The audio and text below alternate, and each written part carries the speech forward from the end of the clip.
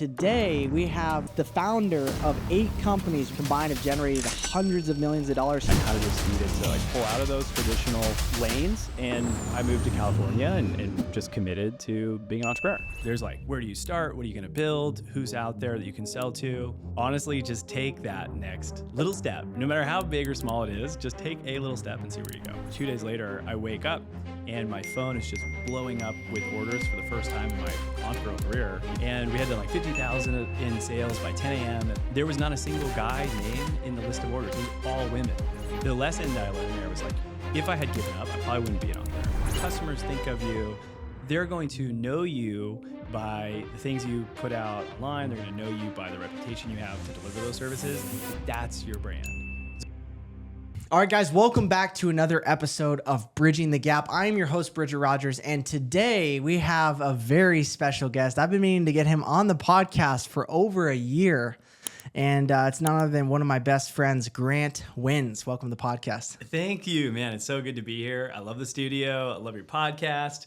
Can't believe it's been a year in the making, but here we are.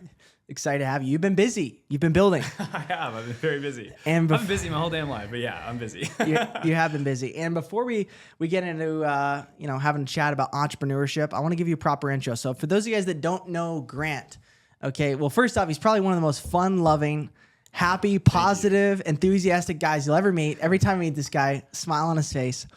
That's the favorite thing I love about him. He's a believer in God.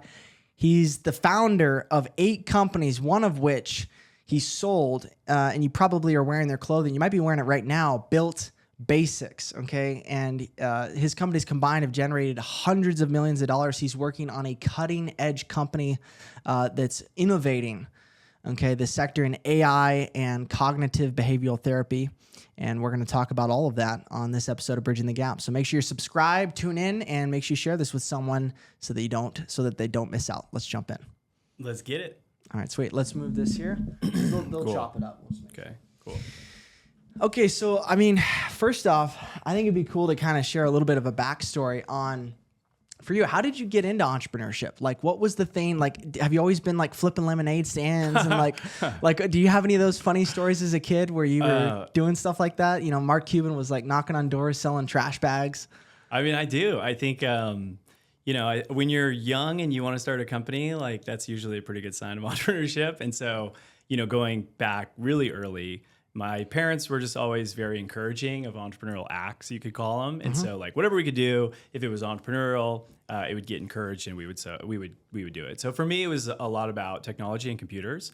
So earliest moves as an entrepreneur, in high school, we would build computers that people could game on, and then we'd sell them. We would host what was called LAN parties. So kind of before internet gaming was as popular as it is today, people would actually meet up in a room and carry their big computers in. So we would facilitate those events, which ended up leading to pretty large stuff. We had 500 people at an event called Everland where I grew up. Yeah, and that was kind of the first entrepreneurial stuff. And there was another one hiring my friends to do some landscaping, but it was definitely the signs were obvious, but I didn't start taking it seriously until I turned about 20. That's when I got more serious about it. 20 years old. What was the flip for you? Because I know some people, they do it out of desperation, some people inspiration. Yeah, it's probably a little bit of both, to be honest. So I had gotten this job. It's really the only job I've ever had. And I worked at a company called Apple Computers. And so Really? You worked at Apple? I did, yeah. I had no idea. It was actually, it was the first job. So I ended up joining the team, and I joined in retail, and I was going to sell computers. And the way that they train their staff is quite interesting. So every month they're hiring just a ton of employees, and they go to this 3-day offsite where they teach culture, they teach sales ability, and it's a really interesting event called Apple Core. And the facilitator of that program, I just got to know quite quickly during the time that I went through. And I was I don't really want to, I don't want to sell. I want to do this. This is the sales process that's kind of above the sales process. You have to sell the culture. You have to sell the sales tools. And that's what I wanted to do. So I ended up doing that and really enjoyed it, really excelled at it. And at the same time, I was doing some school for an MBA program. The problem with those two things is the longer that I stayed in them, it was the less of an entrepreneur I was. It was the confidence level that I had as an entrepreneur, that gauge or meter was like going down because, you're sitting in a classroom and there's a bunch of MBAs and we're learning how to be an MBA. And it's like, I wasn't getting trained on how to be an entrepreneur. Truly. It was like, I'm being trained on like how to essentially work for an entrepreneur. Yeah. And I don't know, just like for me, my path that I recognized was that I kind of just needed to like pull out of those traditional lanes. And I moved to California and just committed to being an entrepreneur and started my first company, and the rest is history. We could talk about any of that. Yeah, that easy, guys. You just drop out of school, move to California, and start a company, and you're rich like that. Yeah, I wish it was that easy, man. I had so many moments, like especially when I moved to California for the first time.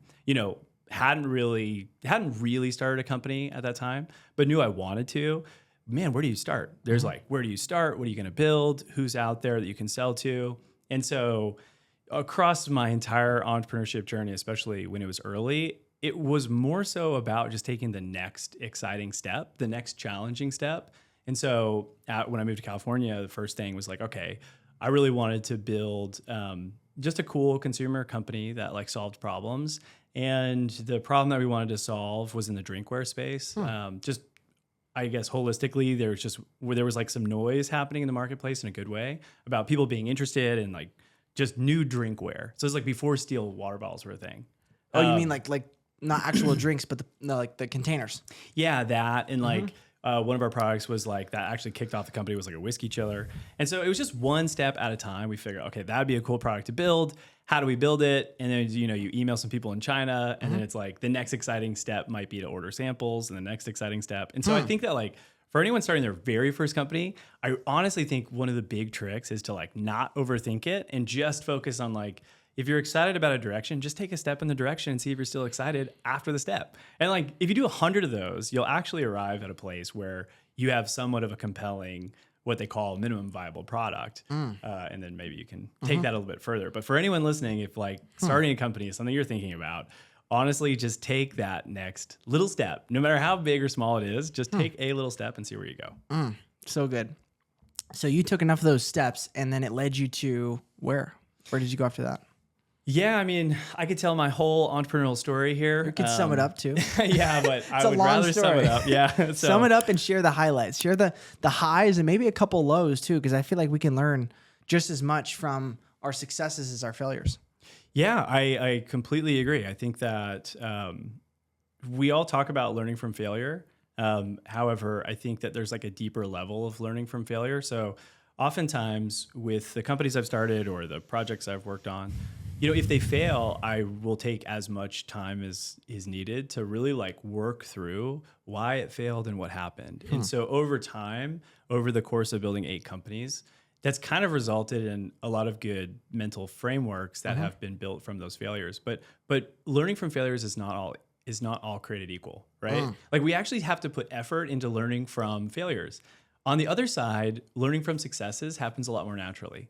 So like people tend to say we learn from failures, but like actually I've learned a lot more from the successes because it just takes a lot of effort to learn from failures. It does. You have to reflect. You have to figure out why it didn't go wrong, what the variables are, the cause effect. Yes. Right?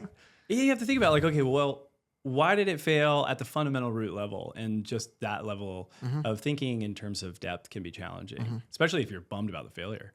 It's emotional and it's intellectual. You got to bounce back. Yes. Yeah.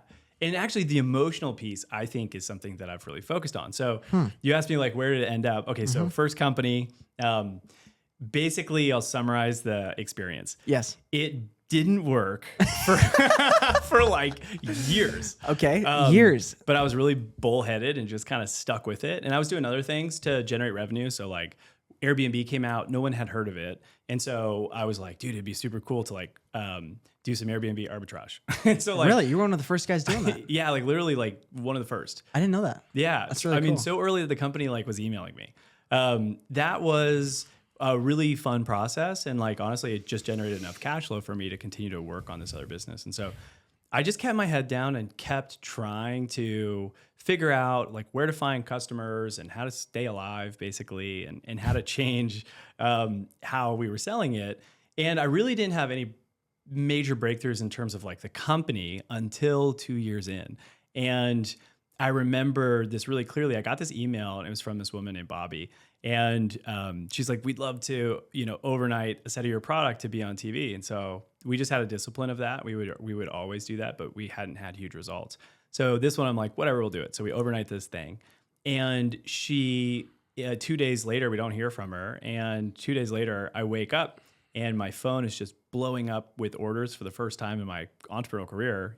I think we're using Shopify at the time, right? So it was like bing, bing, bing. And we had done like 50,000 in sales by 10 a.m. And I was like, oh, sweet. and I looked to see like all the customers, and we were selling to guys. We were really focused on men buying. There was not a single guy name in the list of orders. It was all women. And so the lesson that I learned there was like, you really just got to stay open-minded about who your customer might be and try to advertise to lots of different people and see what sticks. But there's a deeper lesson, which is like, if I had given up, which I think probably would have been like the more normal path. Right. If I had given up, I probably wouldn't be an entrepreneur. And so sticking with it has this tertiary value of creating these lucky experiences that you won't have unless you don't give up. So that was the first company, and I had a bunch of peaks and valleys during that experience, and then started a whole bunch. And where I am today, we could talk about a little bit. But having now exited a few of the companies and looking back, I'm like really grateful for the experiences of just kind of going for it and seeing what happens for sure. So.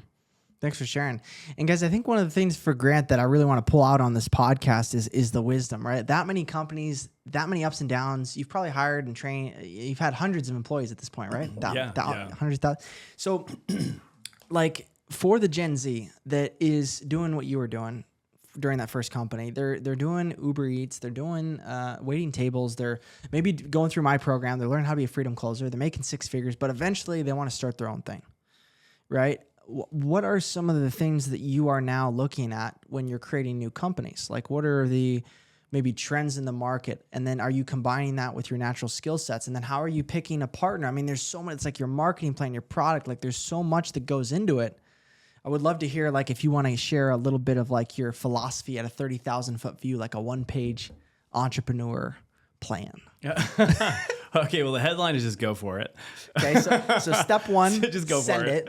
Yeah, and then in the discovery of like what you want to go solve in the world, whether it's a service or product or software, I think in the discovery of finding your problem is something that is not talked about enough. And so I would focus on giving the thought process there is like, what do you like, and where are problems that exist like in your daily life? And so in the discovery of like what problem you want to solve, one thing that kind of is like does work is just journal about your own life and find like where there are pain points for yourself. And so to tie that back to a story, like, the company built really started from these t-shirts that I would go buy, which I would pay, let's say like an affordable sum for, and they would turn into garbage in the wash. And then I would have to pay like $100 for a t-shirt that I could actually wash and wouldn't shrink and wouldn't twist and all these things.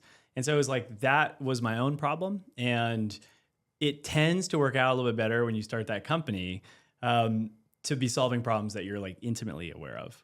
So that's just like one thing on the problem discovery side.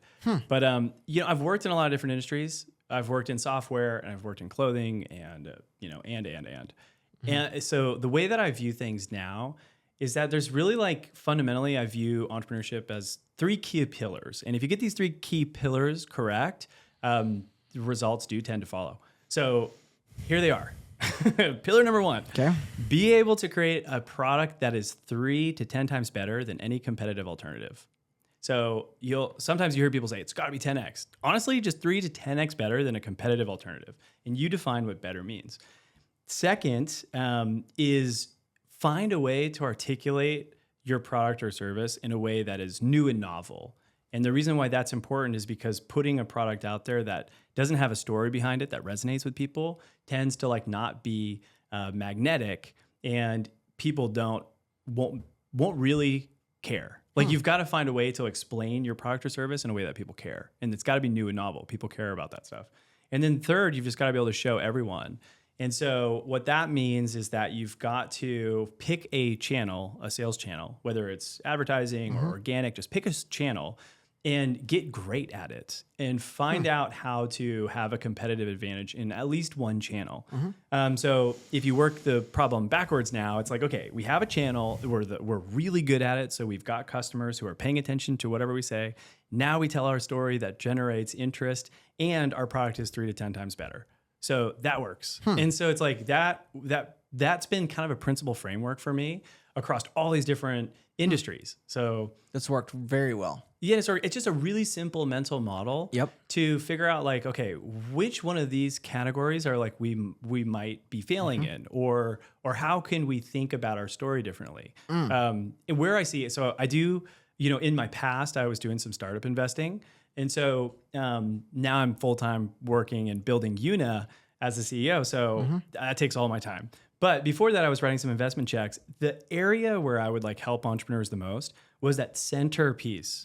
Really explaining your product or service and telling your story in a way that can just stand out and be unique. And so, yeah, happy to dive into that. But that's my framework. That's my one page. I've never heard that before. Yeah. It's very unique. Yeah. You only learn these types of lessons through, actually getting into the trenches. And that's why I love bringing guys on who have actually been through, some serious heavyweight belts in the entrepreneurship game. So let's talk about number 2, because if you're open to it, let's do a little live workshop. Yeah, let's do it, man. Let's do a live workshop about what I do, how I explain it. And then I'm open to feedback. I'm very new. I'm only a year into what I'm doing. And I would love to, kind of break it down live for the audience so they can maybe piece together some of the theory into practicality. Let's do it. I can't promise any any profound change here, but I can show you. Yeah, let's do it. Okay. So where would you start? Let's say you were about to write me a check, or let's say you wrote me a check, and you and I started working together, and I was one of the businesses that you invested into, and you were going to work on the second pillar. What are some of the questions you're going to ask me? It's I guess I would ask you questions about today. How do people respond when they hear your story about the product or hear the solution? But it's more so about a process of how story discovery works, right? And so what I mean by that is I'll tell it through a story. So at Built, we had come up with like 20 different assumptions about the market. Men want to buy clothing online was like a base assumption, right? And then men want to buy technical apparel, and men want to buy subscription apparel, and all these 20 were very different. And we took that, started running ads to basically each one of these hypotheses as like a hook for the brand. And really quickly, we had a data-driven decision that, okay, luxury basics is a category that drives interest. And so it's a little bit of creative thinking. So like on the spot, we could definitely creative think and come up with something great, but it's mostly about how you generate data and what are those frameworks that you can sort of validate your hypotheses early. Dude, that's fire. So you're coming up with assumptions about the market and the problems they have or the things they want. Yeah. And then you're taking that to the marketplace in the form of, let's say, advertising, and you're testing these hooks. Give me an example. Like you said, men want to buy luxury basics. Yeah. How did you turn that into an ad? It was literally like a square with a colored background in white text, and it literally just said the thing. So it would be like luxury basics for men. Luxury basics for men. Or like subscription basics for men. Would this still work now, though? I actually think it would. Yeah. So I think it would totally still work because you're not looking for a lot of volume. You're only looking for signal to noise. So you just want to know that like this has a CTR, which is click-through rate of people clicking on it more than the others. And it just gives you some sort of data that it's good for you. There's a deeper level to this. So like back to you, by telling that story that's unique and novel, oftentimes you can take something that they've heard before. Like I've heard that term before. You can kind of reinvent the term, or you can sort of explain it in a way that they've never heard before. And so let's dive in. So, I know that a lot of people already know what you do, but so what do you do and how do you explain it today? And let's break it down. Hey guys, Bridger here. Look, a lot of you guys send me DMs and drop comments asking me how to quit your 9-to-5 job, how to start making real money with the one skill that'll set you free financially, closing. Fastest way to get my help, text me. Text me right now, 480-520-2034. Again, 480-520-2034. I started Bridging the Gap and Freedom Closer Academy to help Gen Zers just like you overcome paycheck dependent syndrome, master high ticket closing, and build a life of freedom, purpose, and income. So if you want my help or you want to work directly with me one-on-one, I have an entire team of coaches dedicated to helping you transition out of your 9-to-5 and start earning what you're worth. So if you want to start earning what you're worth through freedom closing, text me right now. I've got your back. Let's get back to the episode. Let me give you my elevator pitch. So I have 2 companies. I have Freedom Closer Academy, which trains Gen Zers under 30 on how to create a top 1% income without ever going to school, without having to go to college debt, and can learn it within 3 to 6 months versus 8 to 10 years to create a doctor type salary. And the cool thing is that you can actually, with that income and that skill set, you can change a lot of people's lives because it's in the coaching space, right? It's in the coaching. I mean, you can do other sales spaces, but that's kind of the nuts and bolts. It's Gen Z. It's it's sexy, make 6 figures. You can travel the world anytime, anywhere, any place. You can make income from your laptop. And anybody can do it. If you could speak simple, common language, English, I can teach you the sales frameworks. I can place you into a business. And, if you do the work and if you're committed, the thing is that you have to be hungry, coachable, and willing to put in the work. And if you're those 3 things and you want a better life, then you can bridge the gap. I mean, I love it. If you're not signing up, sign up. Thank you, bro. I mean, I love it. I think that sales, just to kind of have a conversation around it, I think that sales is a fundamental skill set. If you can accelerate people into like how to sell, and that's such a fundamentally good skill set. Like accelerated learning there is hugely valuable. So I actually really admire that you're doing that for people. It's cool. Thank you. Appreciate the endorsement. Yeah. I paid him for that. No, no, he didn't. I'm kidding. But yeah, so that's that side. So I'm equipping, Gen Z, B2C, giving them an opportunity. And then the cool thing is I'm coming up with, and I just went to the Vault. You familiar with Patrick Bet-David? I am, yeah. His content online. So he has a Vault conference, teaches business frameworks and stuff. And I think the biggest thing I took away was this integrated business model. And I'll throw up a photo right here of the integrated business model, but it's building an ecosystem like Apple, right? What's the driver of the company? What's the one thing that drives the most people in? iPhone. But then from the iPhone, it then connects to all the other products and services and subscriptions that they have. Apple Music. They've got, iPhone or iPad, MacBook, like all these, Apple Watch. Like they have the whole ecosystem that feeds each other. And it's like once you have a MacBook, then you want an iPad, and so there's this circle where they all connect. And so for me, where I'm connecting and really bridging the gap is between the sales reps and the business owners. So then I have another company, and it's B2B, and I call it Bridging the Gap Consulting. Okay, and so I come in and I do done for you sales team builds. I do coaching, consulting, and training for sales teams. I'm working with like a plastic surgeon right now, and I doubled their close rate in 8 weeks just with simple frameworks, training, and role plays that people just aren't doing. And then I'm working with a fencing company, and then I'm working with a lot of coaches and consultants online. So that business, I would say the biggest area that I see a lot of companies missing is they have the marketing. Let's say they're good at generating attention and getting leads, but once they get a lead, they don't have a bulletproof process. They have lots of leaks and opportunities from the time they get a lead to the time it turns into a customer for usually high ticket services. So I come in and I'll work with you over 60 days, and then the goal is to then provide enough value to work with me over 6 months. You pay me a retainer every single month, and then I coach your team, increase sales, and I pay for myself. Dude, I mean, I think it's pretty compelling. Are we still breaking it down? Yes. I don't have any like specific answers on how to improve it. What I would consider though is like as you're talking to your ideal customer, right, on both sides of this equation, whether you're talking to someone who wants to learn sales, or you're talking to an organization that wants to like increase, let's say their B2B sales or whatever it is, just really talking to them about how they view their problem is a really interesting way to generate insights. And so if you go to, let's say, an organization, you say like, today, how does your sales process work? What are the biggest pain points? They might use terminology different than you're using today. And so sometimes just mapping the terminology to like what they want is an interesting thing to do. Another sort of like, and these are just like the little recipes that all add up into sort of crafting it. But another thing, if you're talking to your customers and you're sort of adopting their language, the other thing you can do is you can sort of create net new names for what their problem is, right? And so if they're telling you, if it's their own language, they're saying, I have a leaky funnel, then now you can come up with cool terminology that you create that's like sort of brandable around like how to have, a funnel that doesn't leak, but you make it sound cool. And like that's kind of, those are like little tricks that you can use. They're not really tricks. It's just like that's kind of like brand IP at that point. And then ultimately, if you do really good at it, you'll build like the Kleenex of your space. Like Kleenex is just paper tissue, but like their brand name is like synonymous with the name of the category.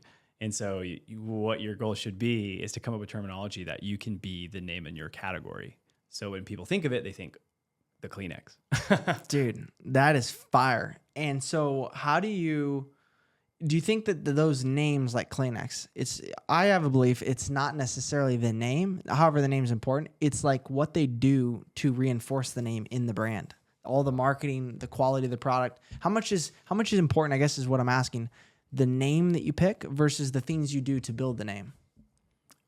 Well, I think the things you do to build your brand are ultimately what the brand is and how people recognize it. Names are important to an extent, but like just throw a name out. Your branding is way more important. There are certain categories where branding is more important, I think. So like the name of your brand stands out as more important in like clothing, for example. Yeah. I think names are quite important. Sure. But it's all about branding. And it's like branding. Yeah, it's 100% about branding. What is branding for people that don't know what it is?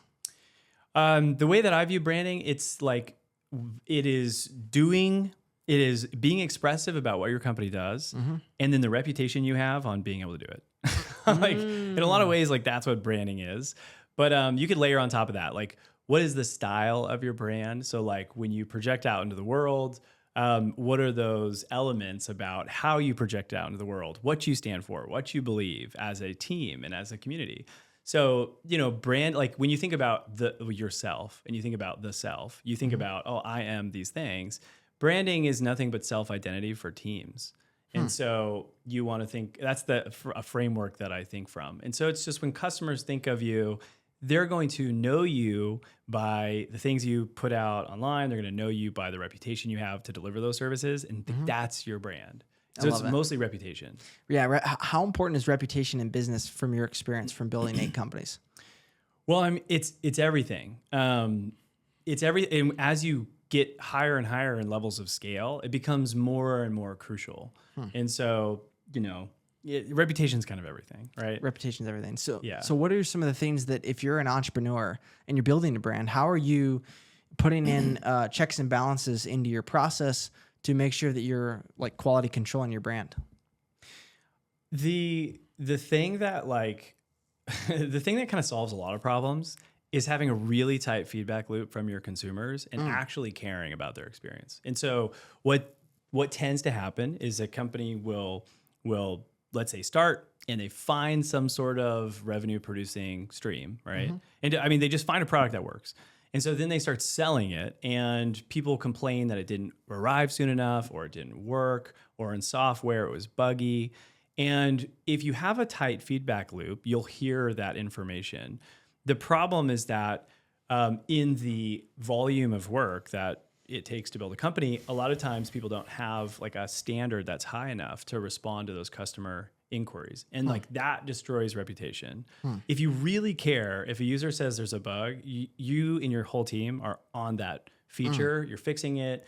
If they're saying, hey, it was slow delivery or my expectation was to get an email sooner, you got to obsess over that, over those things. And so that's kind of like at the core of building a reputation. It's what you do. And then it's like really being in alignment with like what you say. Like if you say to someone, hey, like we're going to, service you this way, but it's super cheap and we're super hard to get a hold of.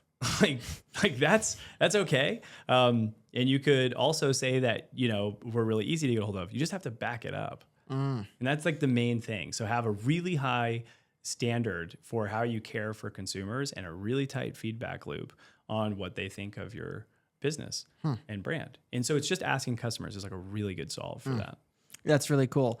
I like that. And I think that comes down to like customer support, like having, as a CEO, like having a finger on the pulse with customer support and see what the customers are saying, not getting disconnected from that. Is that pretty accurate? Yeah, for sure. I've always said to like the CS leaders or customer service leaders at the companies that I've owned and started, I've always said like they're kind of like the front lines for the voice of our customer. And so I actually will do like individual one-on-one calls with CS teams all the time. Cause like that's actually like the source of truth.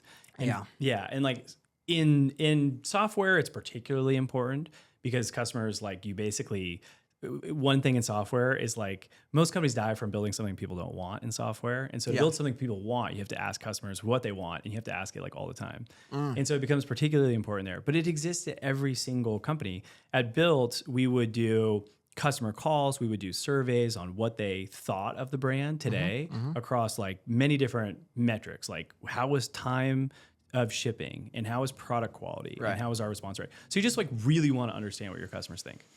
I love it. I've got a couple questions in my head that I'm dying to ask you. Yeah, let's go wherever. And I want to talk about this because have you started these companies yourself or have you gone into business partnerships before? Both. Okay. I've done solopreneurship, if you want to call it that. I've also had co-founders.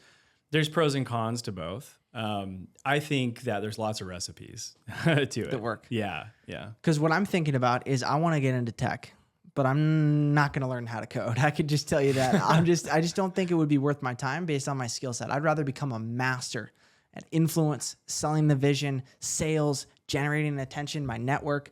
So if you were someone like me, or let's say someone who's watching this and they've developed a skill set of sales and networking, kind of like, you know who this reminds me of? Kieran and Caden. Yeah, yeah. Right, where Kieran's more the Two visionary. great entrepreneurs. Yeah, they're great. I mean, he obviously has some tactical skills too, but he's visionary. He's networking. He's getting investor checks. He's doing these things. And then Caden, obsessing on the processes and the SOPs and the building and managing the developers and all that. So, I know you told me about Y Combinator. Yeah, yeah. But I guess this is a two-part question because I was going to ask you, how do you pick a partner? But I think we should probably answer the first question, which is how do you decide the core values of a company? Because I feel like if you're going to find a partner, you should align in values. Is that safe to say? Yeah, for sure. So finding alignment with your company culture is something that is done intentionally and it's also done reactively. And so what I mean by that is like when you sit down and you think about the company culture that's important to you, a lot of ways you can just articulate what your core values are. Just on a piece of paper, right? You say like, I believe in these things, and they should be. Some are customer facing. How do we think about customers? How do we treat others? And as a team, how do we operate together? Right? Do we move fast? Do we move slow? Do we all these different things? And you can kind of build your own culture document, right? Where the rubber really hits the road in terms of like core alignment is in the reactive nature of actually like working with a co-founder. And so I really recommend that people don't jump into a co-founding relationship just right off the bat. Like do something together without those stakes on the table. Yeah. So like just have a project with someone and say like, hey, there's this this big vision that we have. We're going to get, we have the possibility and the potentiality of getting way out here into the future. But let's just start by like getting a product to the market and there's no co-founder relationship. Either of us can, there's exit clauses. It's just like, let's just work together and see what we think. And that's the best way to suss those things out. And the trick is while you're in that, call it just getting to know each other, period, have really difficult conversations. Like find areas where you can disagree, like seek disagreement and see how they resolve it. Find an area where they're uncomfortable. Is there high ego? Just all the things that are important to you want to suss out. And if it's all green lights from there, the next mistake that a lot of people make is they give their co-founder 50%. And they're like, okay, you and me against the world, maybe it's the three of us, and we all just get our equal slice of the pie. That's really dangerous for so many reasons. And so the reason why it's a problem with two people is that there might be this period in time where like you guys aren't friends. There might be a period in time where you disagree, but two people holding like an equal slice of the pie, there's no captain of the ship truly. And so this is resolved some ways by like having vested equity agreements. So it's like you both are entitled to potentially 50% of the company, but you own none of it. Your ownership vests every month in, month out for 5 years or something like that. That way, if someone drops off, they've vested enough equity to have a seat at the table, but now there's not a bunch of dead equity on your capital table. Something like that. So yeah, we could go. We can go all over. Yeah, you're a master. You're a black belt. This is like black belt level. stuff. So, okay, that makes sense. And when it comes to building software, because that's what you're building now, is this your first software company you're building? It's not. It's actually my second. Second software company. Yeah, it's my second. The first one got acquired by a conglomerate called Cranberry. And it was like actually pretty much the second company I had created. I saw this problem where people wanted to contribute to the web, but it really wasn't that easy at the year I started it. And so there were companies like Blogger still around. And so people wanted to contribute to the web, but they didn't know how to do it. And so we made it really easy for them to summarize stories, and we called it the gist. And it kind of took off because of an SEO update that Google released called Panda. And so this conglomerate emailed me, and I'll tell you a really funny story. I was actually up in Yosemite, and I was up there with my girlfriend just traveling the valley, and I got this email from this crazy email. It was like John Top Hat at yahoo.com. And it looked like total BS, to be honest. And they were like, hey, we'd love to talk about buying the company. And so we're like back and forth a few times. I throw a number out there. He's like, that looks great. They end up sending me an LOI, and it's from this super large conglomerate. And his email changed to his corporate email. And I like the guy kind of like hooked me because he came in on like such a spoof email. I didn't believe it. And then he came through with the corporate email. I was like, oh shit, I should have said a higher number. And so what I learned was like, now when we negotiate domains, I have like a fake email, and I have like a fake persona online, and we negotiate the domains from that fake persona. Genius. Yeah. That is genius. So if you're trying to buy domains, and how do you acquire a domain? Because I'd like to get bridgingthegap.com. Yeah. Well, if it's not for sale, like, how do I know if it is? Well, I mean, you just go to GoDaddy or go to it's not. It's off my. Somebody bought it. It's okay, like, so I think it's for sale though. Go there, and it says it's for sale, and I can make an offer. Yeah. If it's for sale, I mean, you could scoop it. You could grab it. A lot of times, there's like a domain price. It'll be like 10,000 or 50,000 or whatever it is. Maybe it's free. I don't know. But if there is a price, you can usually negotiate them down like a lot. How much is a lot? 50%? Yeah, 50%, 70% in some cases. Like, it's just a number that someone arbitrarily set. There's like zero backing to the reason. Sometimes it's a really good domain, so they're not going to come down that far. I know the guy who sold, I don't know him personally, but I know the guy who sold Meta to Meta. And obviously he made a lot because like there's a big pair on one side, like the buyer's got a lot of cash, and it's a good domain. So it just depends. know the guy that sold Meta? I said I don't know him personally, but I just know him. A buddy of mine knows him. Really? Yeah. That sold Meta. He must have made a fat paycheck. He did, dude. Holy crazy. cow. Yeah. Let's talk about fat paychecks. Sure. Because you've had a couple exits. 4? Yeah, 4 altogether. Some larger than others, but yeah, man. Liquidation events are great. They're fun, and typically with they kind of work similarly to a lot of other things you might sell, right? So like building a business, you're building an asset. The assets, has some sort of cash flow, and businesses are usually valued on a multiple of their EBITDA or cash flow or revenue. And so I'll take an example. Like, we sold a company in Orange County, and we had a really good multiple on it. Actually, like one of Orange County's highest multiples for the business type. Which in this case was like brick and mortar salon, actually, of all things. And, it's really fun to sell a company, to show someone around your business and to basically create like a valuation for it and find a buyer is like a really fun experience. And you'd be great at it because, you're excellent at sales.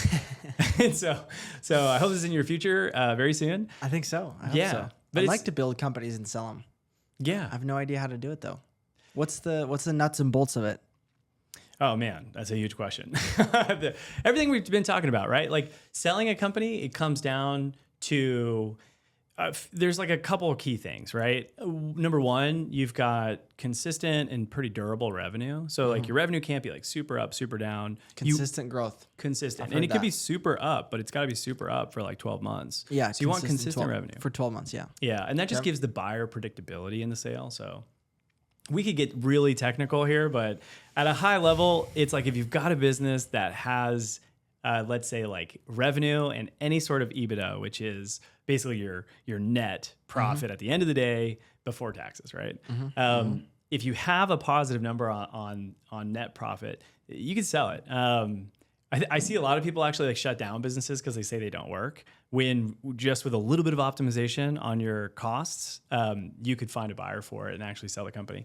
So yeah, I don't know. It's a big question, so we could take it a million different ways. So you know where my head went to is I have the skill set of sales and team building. So my head went to, what if I went to a company that I know has like good marketing assets, good product, but their sales are suffering, so the revenue's down, and I could buy them. Like I've heard a lot of people buy companies like pennies on the dollar. Yeah. Just come in and scoop them up. Yes. And then like that's where I want to take Bridging the Gap Consulting. It's helping companies bridge the gap from bankrupt to billions. Dude, I mean, I love it. That's like the it's called private equity, is that model where you like, yeah, you come in, you buy an asset. Okay. And let's say it's not doing so well, okay, but like it's a good business, they have a good product, and you're like, dude, I could come in here and buy this thing. The SBA in America, the Small Business Authority, they have a product called the ACE or 7A loan that's designed for things like this. And so you can come in, you've got this expertise and a reputation for sales. And if the company's core problem is sales, I believe that you could probably get the business financed to be zero cash down, buy a company from someone, have the seller carry part of that note. So like the person who sold it to you also has some skin in the game still. Mm-hmm. Then you just come in, do what you do best. Let's fix that EBITDA and then put that thing up for sale and flip it. Dude, that's so fire. So, I mean, what, 24-month cycle, 36 months? Yeah, 36 months would be like a minimum, I would think. Okay. 3 to 5 years. Yeah, yeah. And for any like first-time founders out there that are listening, one of the things that can easily happen is you like think about doing something like that and you feel really constrained by the amount of capital that you have today. That was a mistake that I made for a lot of years as an entrepreneur. It was like, oh, I want to do this thing, but it's gonna require capital, and it's a good idea, and I could execute on it, but I don't have the capital. And so I would usually like leverage down my vision to like fit within my bank account. Wow. And that was like a mistake because it really like held me back from just going out and raising capital. There's millions of investors that would love to contribute capital to a good idea. Good opportunities tend to find capital. You just gotta be willing to accept it in a lot of ways. And fundraising isn't the easiest thing, but it's not the hardest thing either. So yeah, if someone's thinking that they've got a good idea and they're like, I just need enough money for inventory, or maybe you're thinking about buying a company. It's like, where do I come up with those funds? You got to think like unconstrained in the sense of like, does the money already exist? And it already does. And so it's just asking yourself the question, okay, like how do I get those correct people sort of like aligned with my vision so that we do it as a team, we do it together. So I'm actually like really bullish today on working with investors, and like, yeah, some people have, because like Una is venture backed. Yeah. And so some people have been like, well, why are you raising capital? I love the relationships that can be built with when you actually like have an investor and you have an agreement and you're actually up to something together. It's amazing the relationships that come from that. So I remember one of our partners on the VC side for Una is a company called Draper House, which is a fund of Tim Draper's, the American billionaire. And his son, Adam, said this really wonderful thing when it comes down to like asking other people for their money, because that can be like an awkward moment. And if you really love building relationships with someone, there's no better way than working with them in a capital way. Like they have a reason to pick up your phone call now. Yeah. And so you get to build these really cool relationships. I really enjoy it. Yeah. Man, that sounds so fun. I would love to get into that over the next 12 to 24, maybe 36 months. Yeah. Yeah. Get into figuring out how to raise raise money. Yeah. Put it in, like buy a company, flip it with the skills that I have and the team that I'm building. Dude, that sounds so fun. Yeah. Private equity, interesting.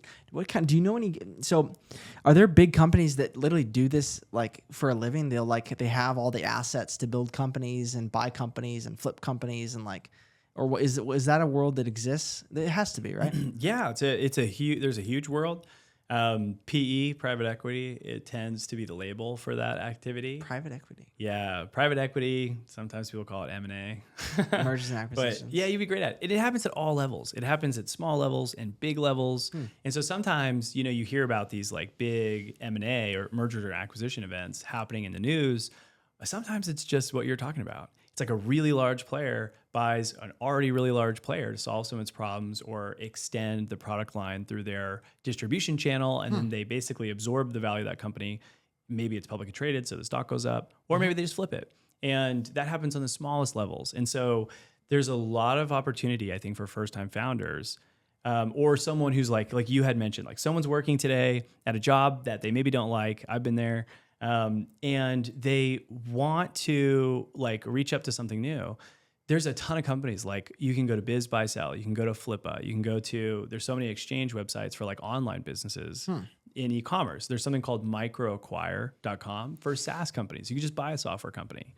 And a lot of times they just haven't figured out sales. And so a lot of opportunity out there. And, you know, I don't know if I would have changed the way that like I got started as an entrepreneur with my career and everything, but I do think that there's like a real value in buying something that's already established. Oh, dude, this fires me up. Yeah, I mean, it sounds like if I'm watching this and I'm wanting to get into this, I'm going to start taking action on the stuff you said. I'm writing down my problems every day that I'm going through. I've also heard this said when I was getting into entrepreneurship that the easiest way to make money is to find problems that rich people have and solve their problems because they have the money. How, I guess where I'm leading next is if you were going to start from scratch and you were 20 years old again and you've never done any business before, but you have all the forefront knowledge that gets passed down, but you start from scratch, zero connections, zero capital, and you are a young kid that's dropped into California again. Like, what are the rooms you're getting into? What are the networking events that aren't a lot of money that you know you could go to?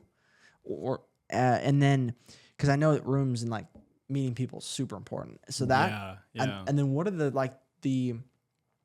money moves or the things you're doing to personal develop, to build out a plan to become wealthy, like become a millionaire? I mean, geez, the first thing I would do is like what you already said, like network my ass off. I'd be networking like crazy. And I would select events that are within the scope of where I want to go, right? So I'd probably like, it depends on what my goal was, right? So first I'd establish a goal. Like, what do I want? What's the goal? And what I want has different layers. Probably what level of finance do I want from this outcome? How soon do I want it? And what space do I want it to be in? And if I had all three of those, I like know the size of the outcome that I want, and I know what sort of genre it's in, then I'm going to go network in those circles in terms of that outcome. So I'm going to find my way. If it's like you're giving this example, or we've just talked about this example of like buying a business. So there's lots of networking events with people who have done it before. And so I would get with them and I would give them a vision of something that we could do together. And if I was 20 with all of my, I was back to that, I probably would do something like that. I'd find an opportunity that I had a unique edge on because of the way that like I'm from, a younger generation. I see a different way we could advertise this thing. It's failing right now, but with these tweaks, it's going to do X, and we can do it together. You finance it. I'll do all the work, and I'm going to return to you X. And yes, a little bit of risk, but let's go have some fun. And like, maybe that works, maybe it doesn't, but I would keep asking people until I pulled it off. And so. Then you raise money.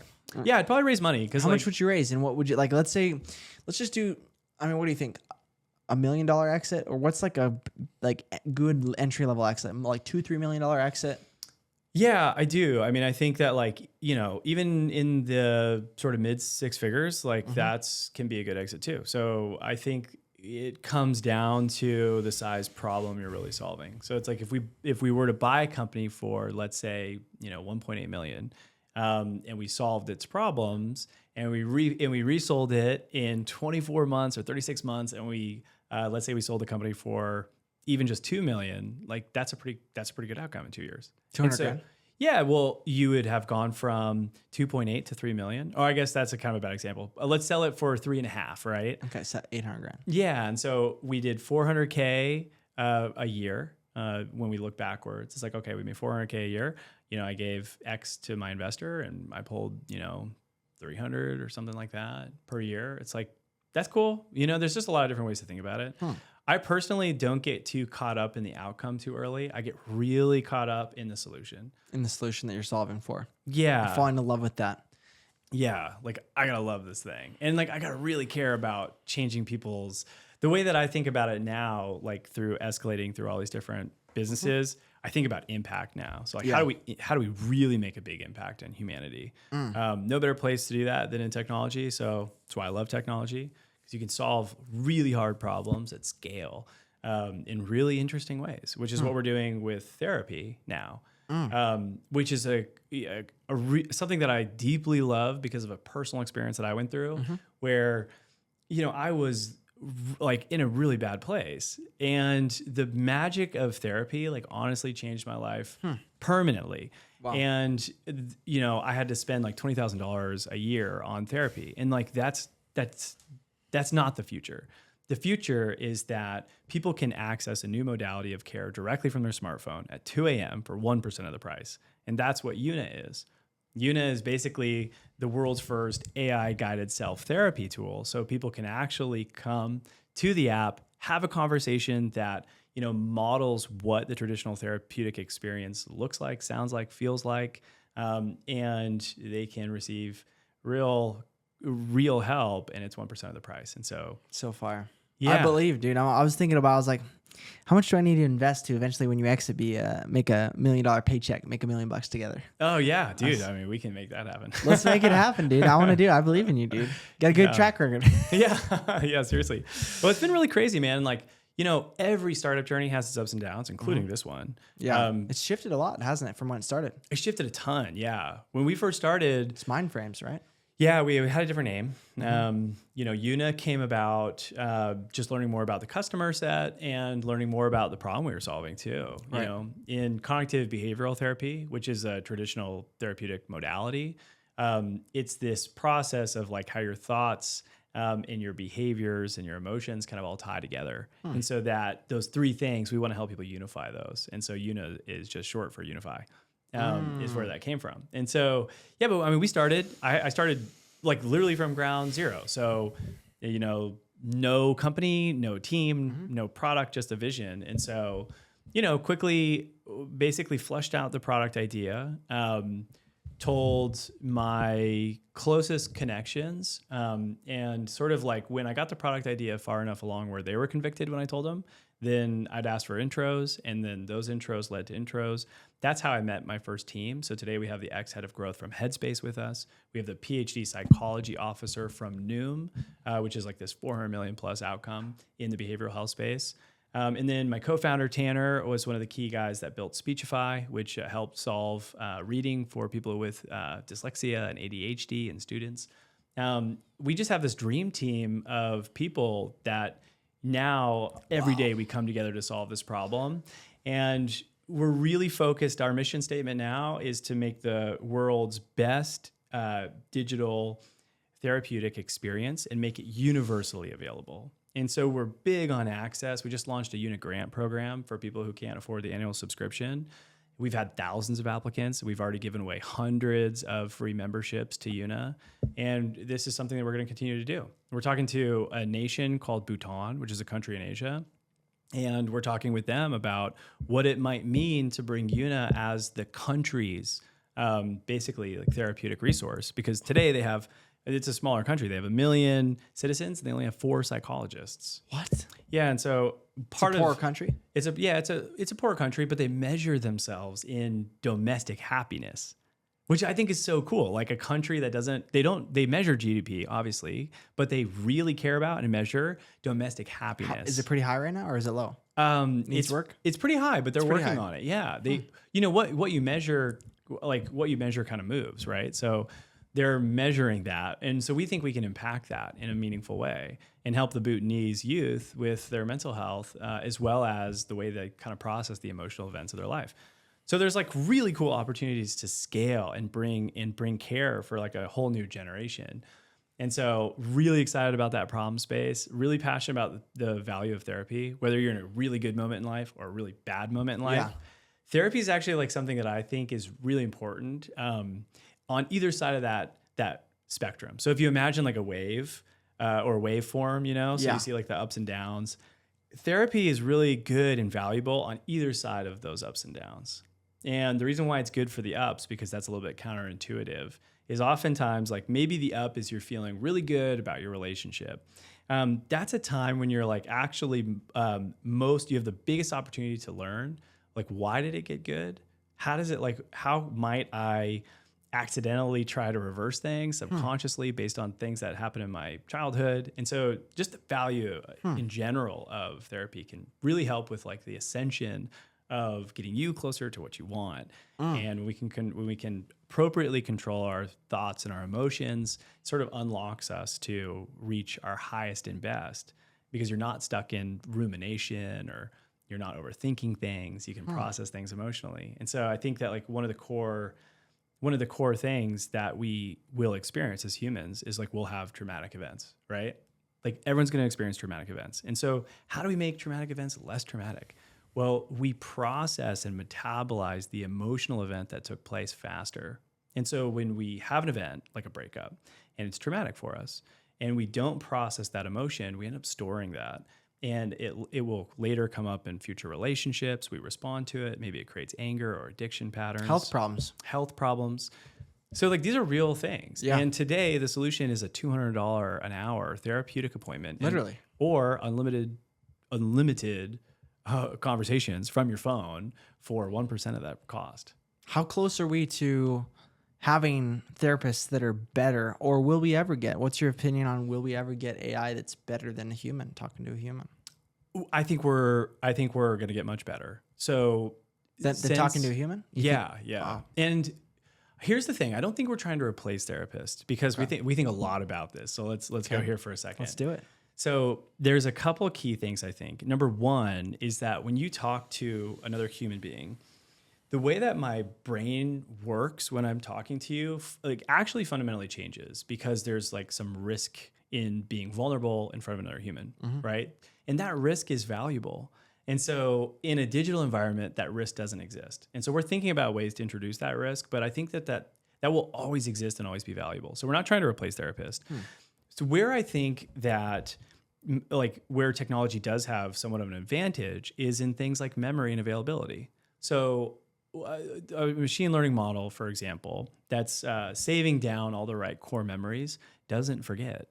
And one of the magic moments in therapy, if you've ever been, is when you're talking about this current experience, and your therapist somehow ties it back to something that happened in your life somewhere else, and it creates an aha moment for you of like, oh man, this thing that happened in the past is actually creating my behavior now, and those are big unlock moments.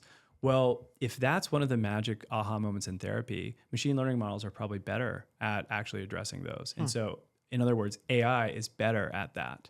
And so those are things that our company is technically deep in and solving for right now. How do we use memory? How do we present memory? Things like that. We also do things like we're tracking the vocal inflection of someone's voice, and we're saving emotions. And so because we know the emotional state of someone in real time, that gives us like more information to basically train our models off of, so that we can have better and better conversations over time. And so, we'll get better and better over time. We have a really unique data set that will allow us to, in a pretty near-term future state, start creating our own models that will be incredibly competitive in the marketplace in terms of serving this. And so we're just really excited about this future. But yeah, I don't think we're trying to replace therapists. I think the problem is we just don't have enough therapists today. Like there's literally 7% of the therapists we need in humanity to service the demand. And so the majority of people are left without care and help. And that's not okay, man. We should do something about that. And that's what Ewan is for. Yeah, exactly. I love that. Yeah. And so how much of your business model, and I know this is more of a technical question, but how much of your business model, if any, is going to involve, like Meta, for example, what's their number one asset? Data.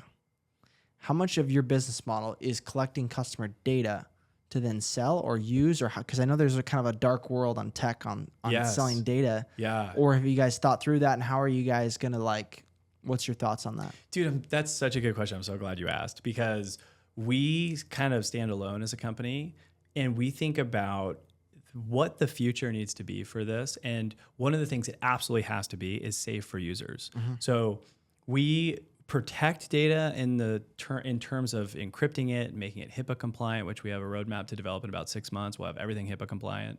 What's really exciting though is that we will never sell data and never access it ever. So this is essentially like a place for people to go and have safe conversations where their data isn't sold. We have an incredible, data safety and privacy team that's working on how to make it even more safe over time and just lock it down. So I've been really impressed by the team's ability to create safety, but I'm more impressed by the team's mission orientation to understand like what this future needs to be and how safety is our primary objective. There's other ways that we think about safety too, which is if someone is on the app and they're in a really bad place and they're suicidal intent, how do we handle that? And so thinking through some of those things, we've decided that the right approach would be to actually stop the conversation and help them get into a conversation with a trained professional in that one domain specific environment. And so we stop the conversation, we bring them to like the National Hotline of Suicide Prevention. If there's other things, we are kind of working on how to detect those things, and then we can introduce them to a therapist that is available to chat right now.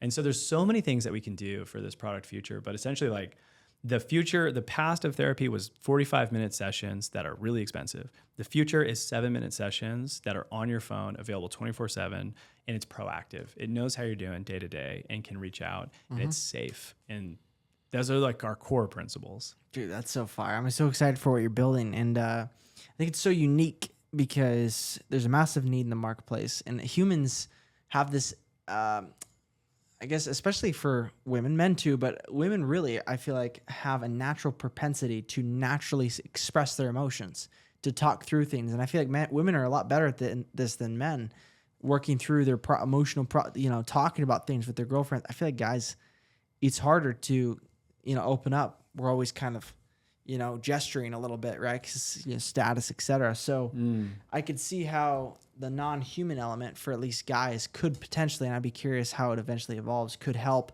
guys process some of this stuff that normally would just get swept under the rug, right? Dude, that's really intuitive of you, actually. The behavioral therapy market is this, $100+ billion market, and most of the value is driven by the female consumer.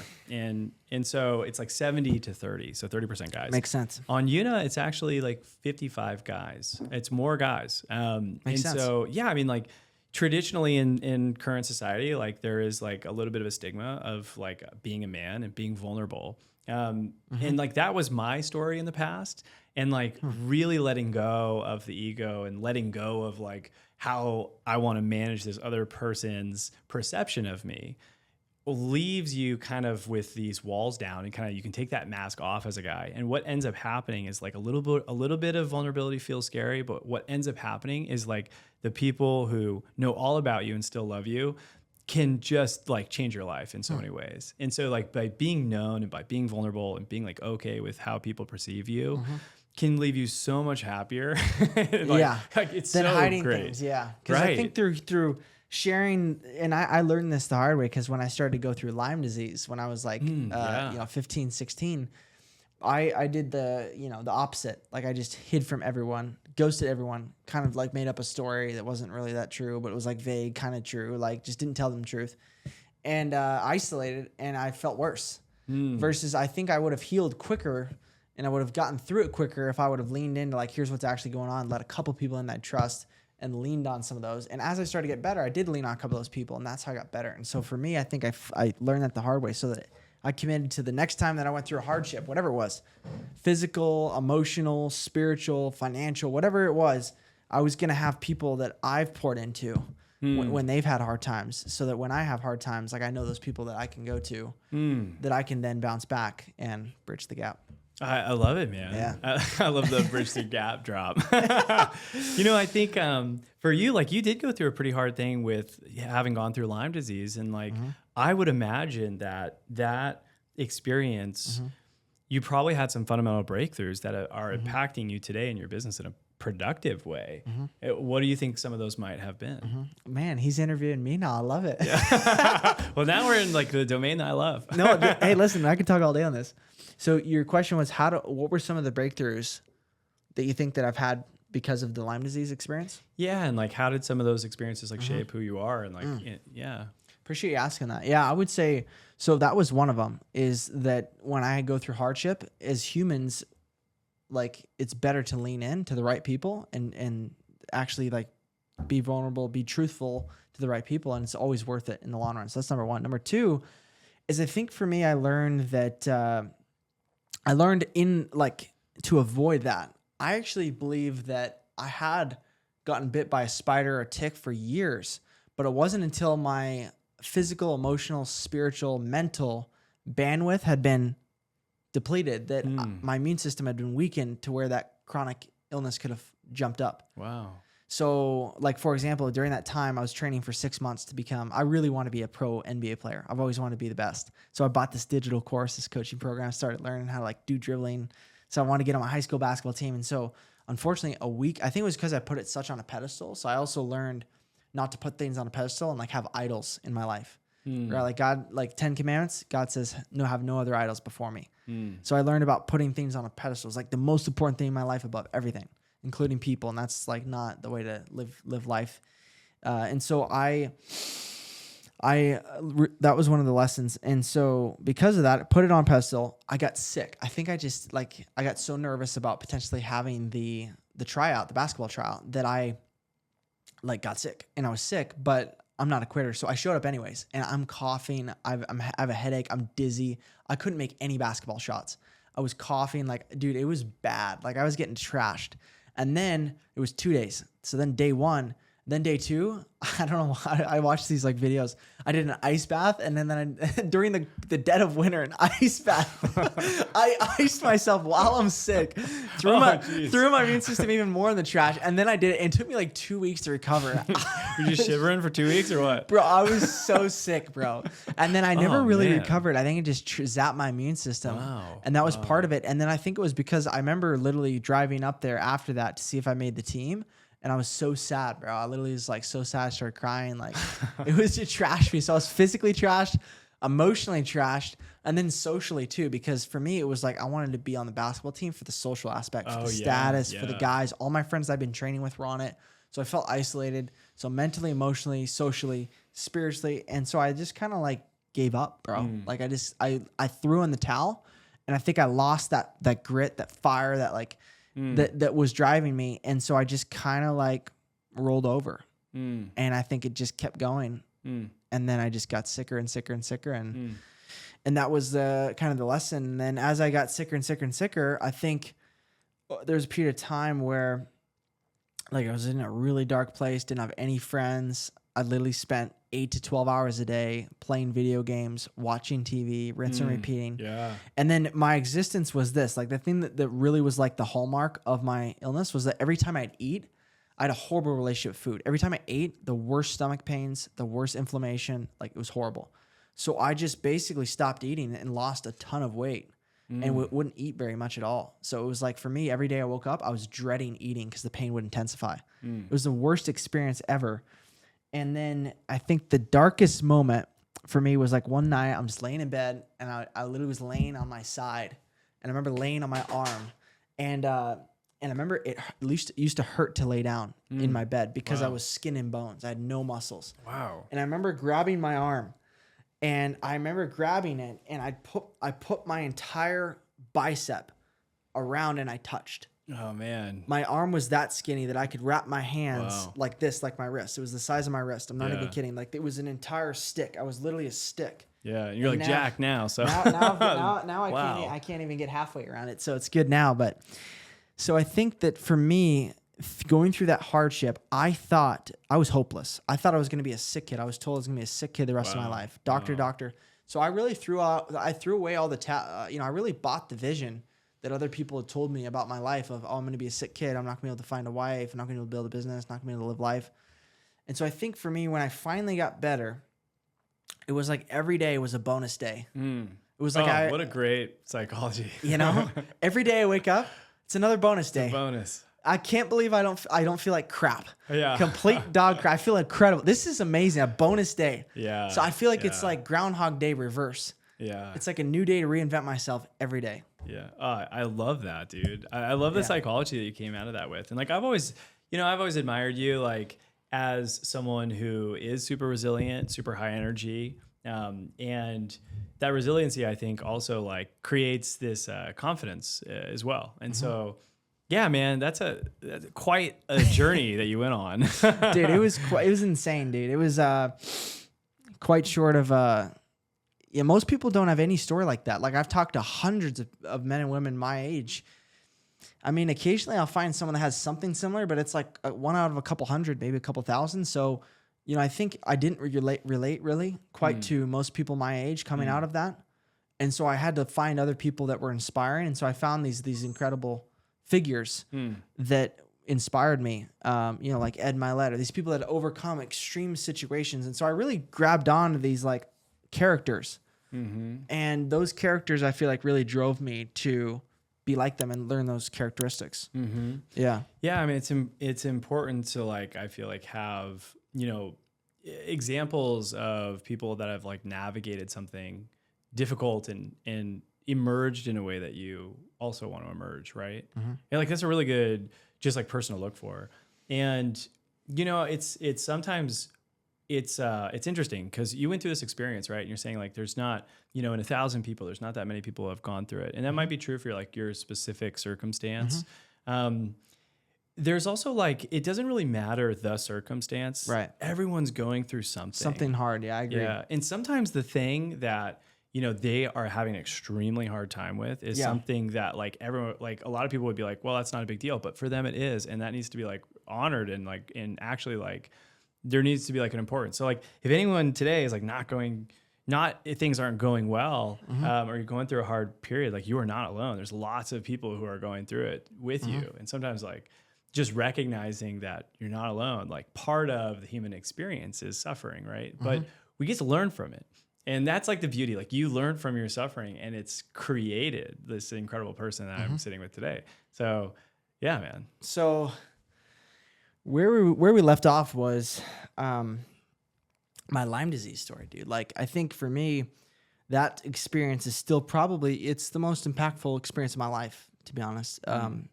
And I think that for me, there was a moment.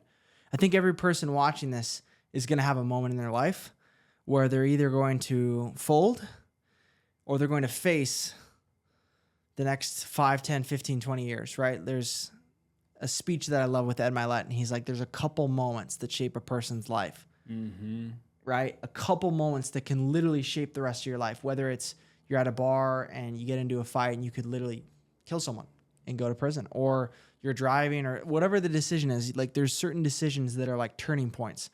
And I feel like for me, one of those was when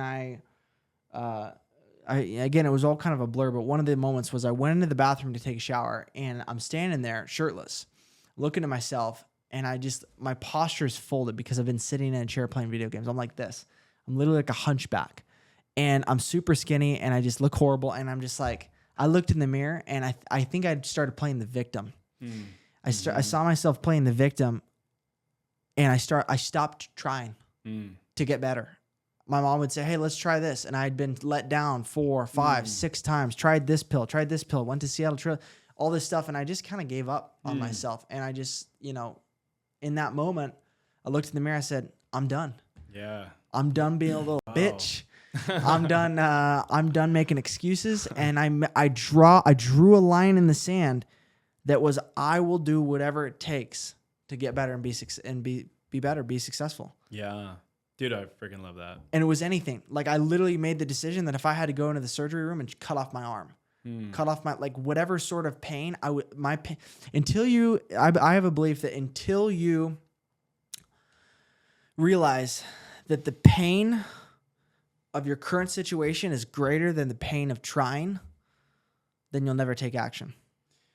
For sure. I think that like there's a fundamental difference.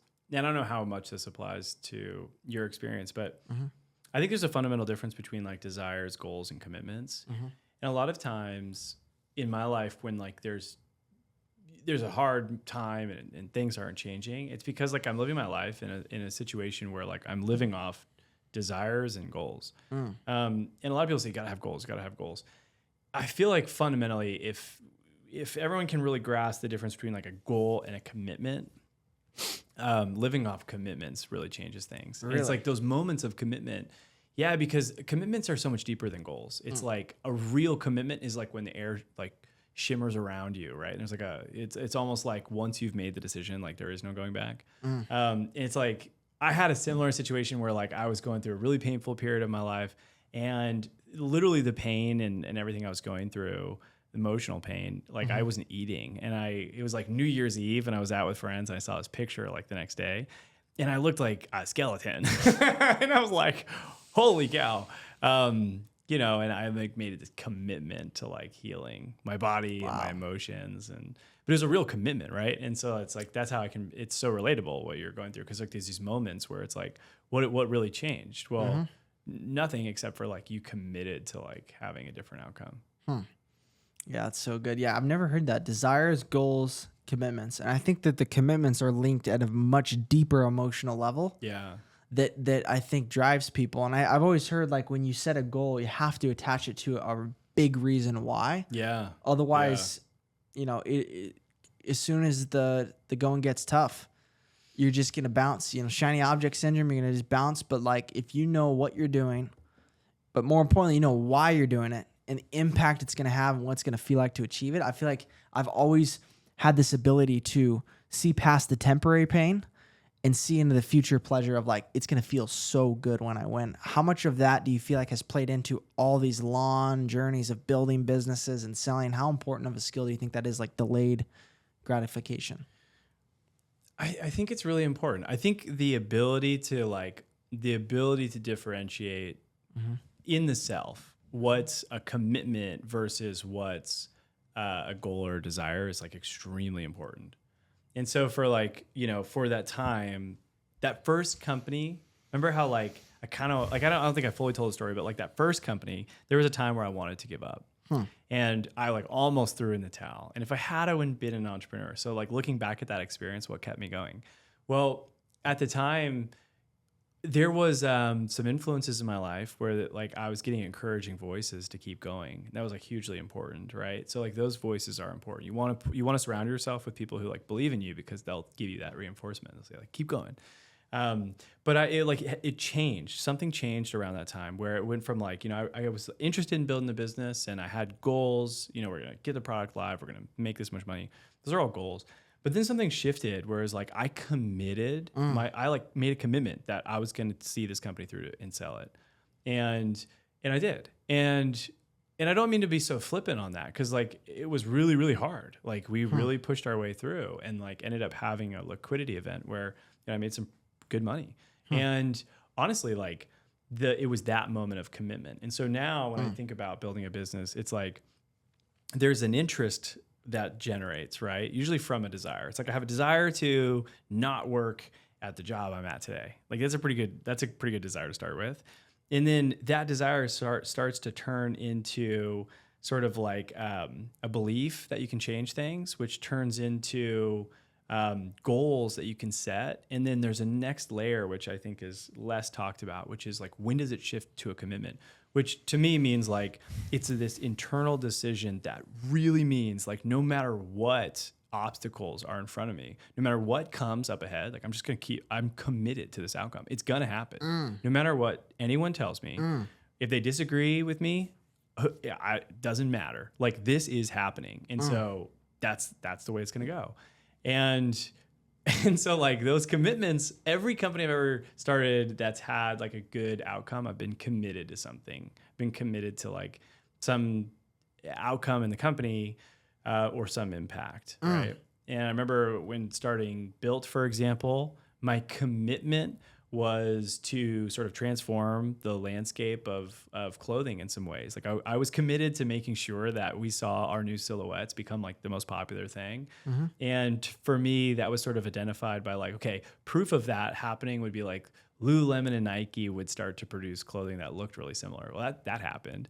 And I remember when I started it, it was like, okay, well, what commitment level and revenue sounds like what am I committed to? And at the time in my head, like day one, I was like, this can do 100 million. Like I was committed to that outcome.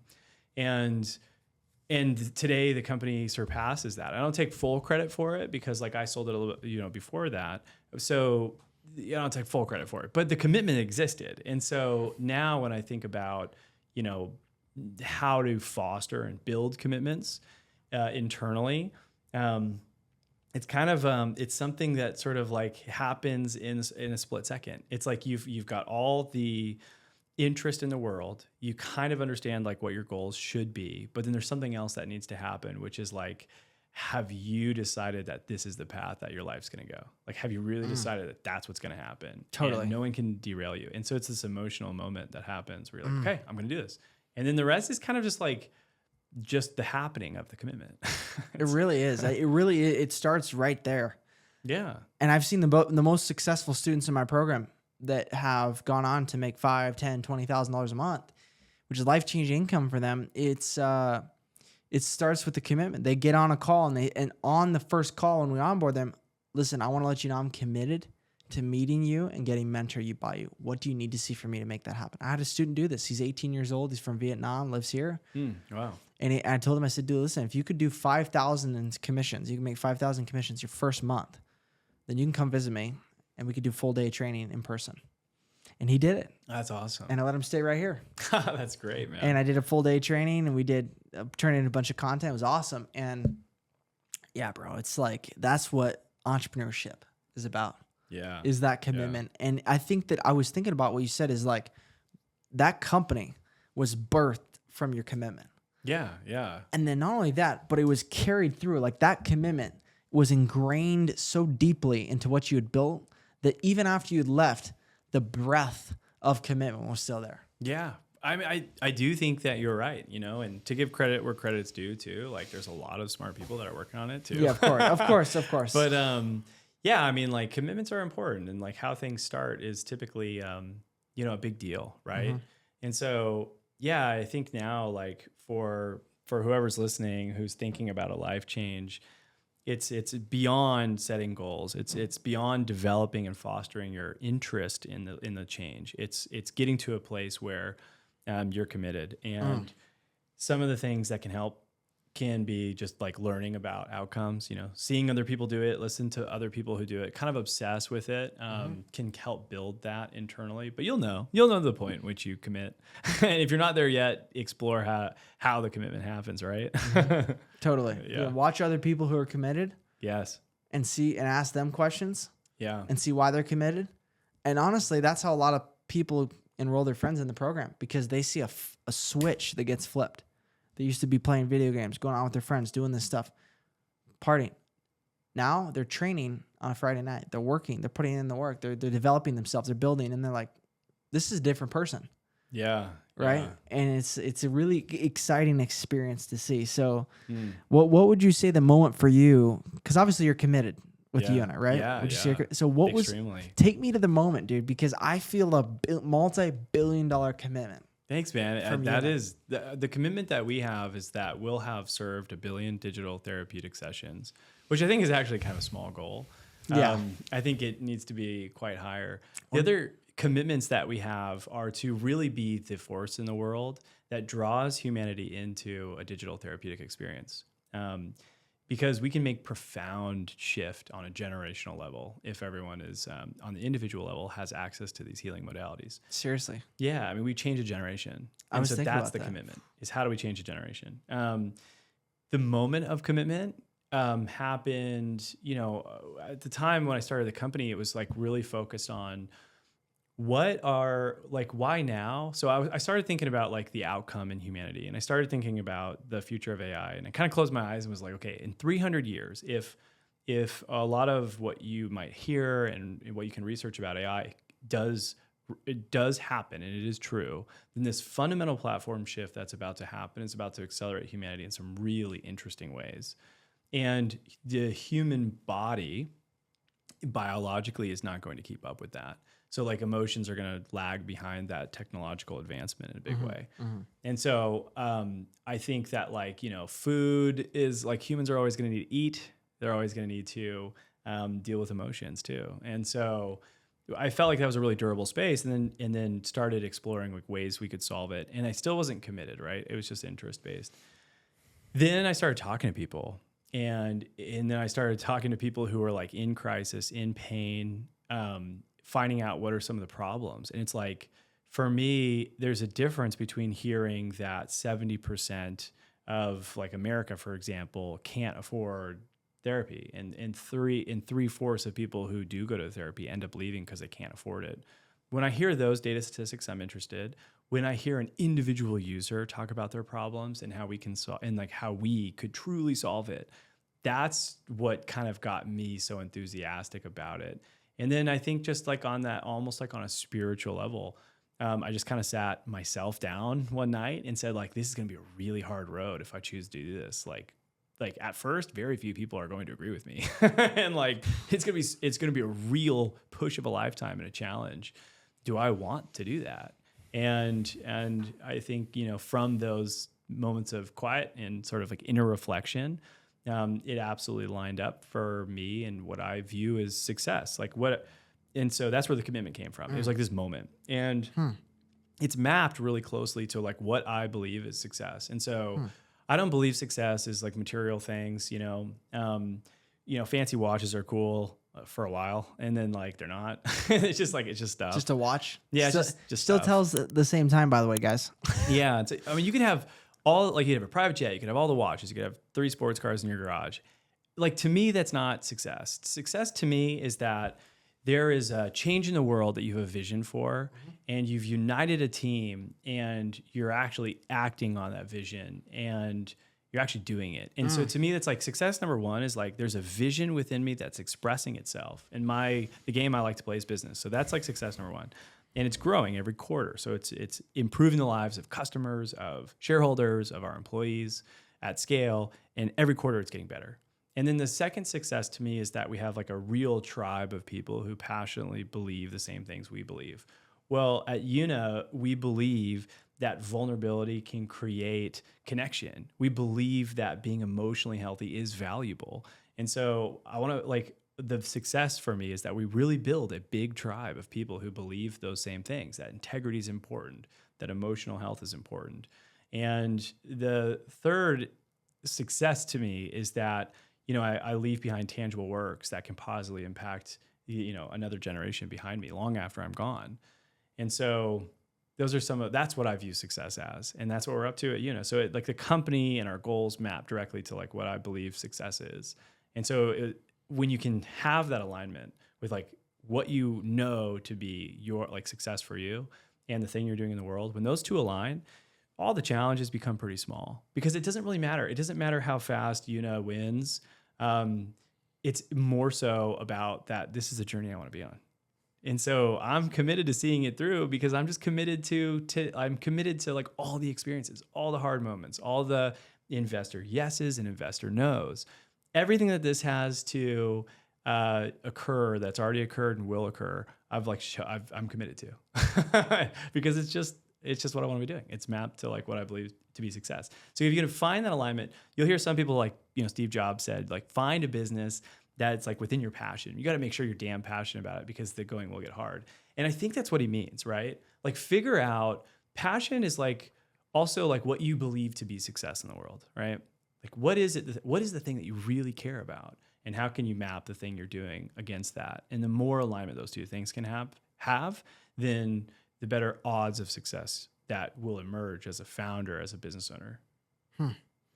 Bro, so insane. And let's talk about vision. Let's talk about team, because I feel like those two go hand in hand. Yeah. Where is your vision stored? Do you have it typed up? How far out into the future is it? Yeah. So, we have like a 10-year plus vision, and it's written down. Our vision is to become like the number one provider of digital therapy in the world. Being that and making it universally available. And so there's other elements to the vision too, which is like how we communicate as a team and what our like values are. That's all written down. And so the vision is like pretty well articulated across like our team, like everyone, we talk about it, it's written down. And so then team becomes really important. And finding people that are mission aligned with you can make all the difference. And there's this term that you might have heard called like missionary versus mercenary. And so mercenaries are those individuals that can come with you and they can execute and do a task. But when the going gets hard, they're most likely going to leave. And then you have this other side, which is you can have these missionaries, people who care about that future equally as much. And those missionaries, they can come in and they can do a task. And when the going gets hard, they will stick the course with you. And so we're actually hiring right now. We're hiring more back-end, front-end engineers, more machine learning engineers. Pretty soon we'll hire like a hero success program for the guided heroes and celebrities that we have within the app. Which is something we can talk about. But yeah, I mean, we're hiring people and we look for missionaries, people who really care about humanity's healing at scale and try to screen out mercenaries. Although they're really effective and can be really valuable in the short term, we want to be like this, band of individuals that like set sail. So in one of recruiting really very smart people to a mission is an interesting puzzle to solve at the same time. In what way? Well, what really convicts someone to come join you when like it's against all odds and it sounds kind of crazy. There was this guy, and I've learned a lot from the study of him, but there was an individual years ago. I'm not gonna try to say the dates because I'll probably get it wrong, but early 1900s, and he wants to go set out and basically like find and go to Antarctica, first person there. And so he puts this ad in the newspaper and what he doesn't say is, hey, I want your help. We're going to go to Antarctica. It's going to be incredible. Instead, he's like, hey, I'm looking for people to go on an incredibly hard journey with me. We're probably going to fail. You're probably going to die. But if you get back, it'll be fame and glory. It's they were mission aligned around that. And it's this famous news article that you can look up. They bought in and they end up going as a team, and against all odds, they come back and they're celebrated. But it's a great story in the news article. You can still see it if you Google this guy. I'm forgetting his name, so you'll have to just Google Antarctica voyage and news article. But it's that's a little bit like how to call in mercenaries. So, the way that I articulate that today is we're building a startup. It's a little bit like we've got a ship in the water and we are sailing and there's going to be waves crashing. There's going to be sleepless nights, but we believe that there's land up ahead and we're starting to see it. And so if you're going to jump on with us, let's go do this thing. So there's lots of different ways to have a conversation, but talk me through some of them. Cause I'm in a startup phase right now. I'm 1 year in, I've got the boat in the water. The waves are crashing but I'm getting momentum. We're moving, but it's I want to get the right people on board so that when the going gets tough, we can rise through the challenges. I have the right support, have a number two that's system and process driven. I am not. Yeah. I have massive visionary sales, market myself. So what are some of those conversations when bringing on the right team? I think some of the mental models that I use that can support those conversations are maybe applicable. So as you're looking for new people, it's sometimes easy. If you're the visionary guy, sometimes it can be easy to think why would an operations guy want to join me? And sometimes operations guys think, why would a visionary want to join me? And the reality is you're both looking for each other. And so the mental model to kind of anchor into is you are both looking for each other. And then just identifying where your skill sets are super important, which you've already done. So the conversation then becomes hey, there is this future that I see, and we can basically go together to get this. I need your help, and I think you're the person to do this. And the vision that I see for you within this vision is X. And so really articulating for other people, what vision that you have for them. You got to really care about your people beyond really understand their goals. And you got to be as focused on their goals coming true within inside the scope of your vision as well. And I think that creates commitment to you as a leader and commitment to where you want to go. Those things are all very valuable. But yeah, I mean, the conversation is nuanced, right? It's about understanding what their goals are, how that fits into your vision. Are they mission aligned? All those things. What would you say some of the nuances are in having that conversation where you're going to sell them their vision, but it's going to take some time to get there. I can't just be writing 50K checks a month for the, it's dude, you can get rich, you can make an impact, you can do these things, but we got to go through some stuff to get there. How do you have that conversation? I think it's mostly, I mean, there's many different ways to have that conversation. There's not like one pointed like formula. When I'm talking to someone and, I want to create alignment, I think a lot about incentives, right? And so their incentives should be really aligned with yours, meaning that they're incentivized to have that thing come true too. And being generous with the amount of equity you give, that really can create incentives as well, right? To work with you. And so that's on like the founder startup level, finding founding members or co-founders is really valuable because it aligns your incentives together, right? For finding really good teams on your culture, that's like a different conversation. It's usually like the things that are attractive to that are about, a lot of people like they are in the work that they're doing because they love it. So like an operations guy like loves to do operations work. And so he probably wants to solve really, really hard operational tasks. And so presenting it in a way like, hey, this is going to be like one of the hardest jobs you ever had, but it's going to level you up big time. That's like very attractive too. Yeah, figuring out what drives people and putting that carrot that's maybe not necessarily the compensation that's like the thing, but behind the thing that like drives them, finding those people that love the game. Right. Yeah. And it's like, genius. dude, compensation's everywhere. You can find, if you're good, you can find compensation everywhere. So it's about all the other things. Yeah, it's about all the intangibles that you're stacking as an offer that gets the stickiness of the organization. Because you get the dream team. I mean, you guys heard some of the guys that he's got on this team. I mean, this is a team that's like, it's the Avengers of cognitive behavioral artificial intelligence. Yeah, it is. It is, dude. Dude, I mean, we really are. And like, I've been really impressed with the level of intelligence on the team. I mean, for every domain that we have, there's just like unbelievably smart guys. And, I mean, the conversation has been like, we're solving really technically challenging problems. But by being the winning team in the space, like you'll have become the person that solved these incredibly hard problems. And so like, let me paint a picture of what that, like, let's co-create a picture of what that might look like for you. If we solve this problem and you have all the personal transformation required and all the skill sets required to pull this off, and we work as a team to do it, like what could happen? And it's like very collaborative. It's like, what could happen? And so it's like, I really don't feel alone. One thing that I've come to like really learn is like building a company is not about like my super skill set, being supported by others. It's like other people's super skill sets being supported by me. And it's a really kind of a different way than I thought about it like earlier in my career. So it's their super skill sets being supported by you? Yeah. Like I'm the supportive player. Like, yeah, I'm the CEO, but like I'm here to support them. In what way does that look like?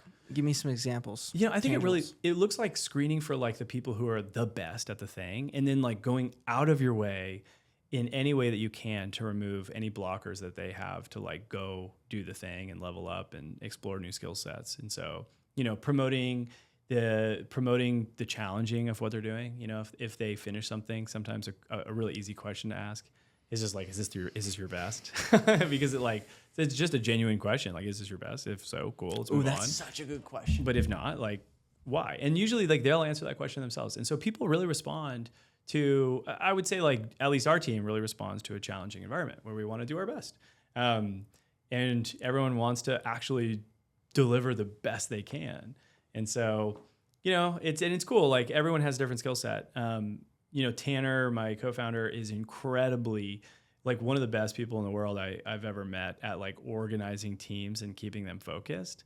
And so he's like absolutely incredible at that. And so like, does he live here or no?